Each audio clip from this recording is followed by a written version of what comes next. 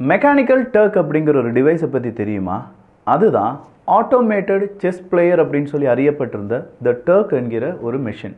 All சைஸுக்கு இருக்கக்கூடிய இந்த மெஷினில் ஒரு பொம்மை உட்கார்ந்துருக்கும். அந்த பொம்மைக்கு முன்னாடி இன்னொரு செஸ் பிளேயர் உட்காரலாம். அதில் யார் உட்கார்ந்துருக்காங்க அப்படின்னு பார்த்தா நெப்போலியன் அவர்கள். பொதுவாக நெப்போலியன் அவர்களுக்கு அவருடைய அரசியை அவங்களுடைய மாளிகையில் வச்சு பாதுகாக்கக்கூடிய ஒரு யோசனையே இருக்காது. எங்கெல்லாம் போர் இருக்கோ அங்கெல்லாம் அந்த அரசியும் கொண்டு போயிடுவாராம் நெப்போலியன் அவர்கள். அதே மாதிரி தான் அவருடைய செஸ் விளையாட்டும் இருந்தது. அரசி அப்படின்னு சொல்லக்கூடிய அந்த காயினை எப்போ பார்த்தாலும் முதல் நேரத்திலேயே முதல் தடவையாகவே வெளியில் கொண்டு வந்துடுவாராம். இதனாலேயே செஸ் விளையாட்டில் இது நெப்போலியன் ஓப்பனிங் அப்படின்னு சொல்லி அறியப்படுகிறது.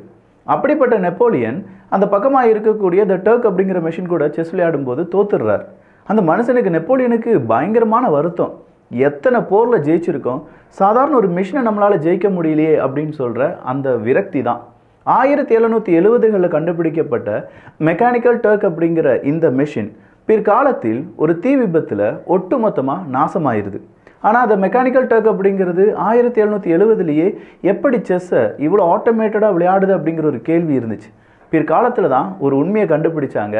இந்த பாக்ஸ் மாதிரி இருக்குன்னு சொன்னேன் பார்த்தீங்களா, அதுக்குள்ளே நல்லா செஸ் விளையாடக்கூடிய ஒரு நபர் உட்கார்ந்துருப்பாராம்.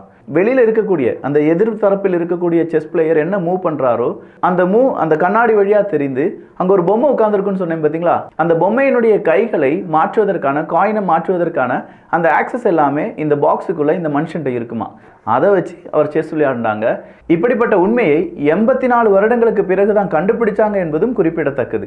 84 வருடங்களாக பெட்டிக்குள்ள இருந்த ஒரு மனுஷன் தான் செஸ் விளையாண்டாங்க அப்படிங்கிறது தெரியாமையே ஏகப்பட்ட காம்படிஷனில் இந்த மெஷின் பங்கெடுத்து வின் பண்ணியிருக்கு அப்படிங்கிறத அதிசயமாக மக்கள் பார்த்துட்டு இருந்தாங்கன்னா பார்த்துக்கோங்களேன். இந்த மாதிரியான இன்ஃபர்மேட்டிவான கண்டென்ட்டுக்கு நம்ம சேனலை ஃபாலோ பண்ணிக்கோங்க.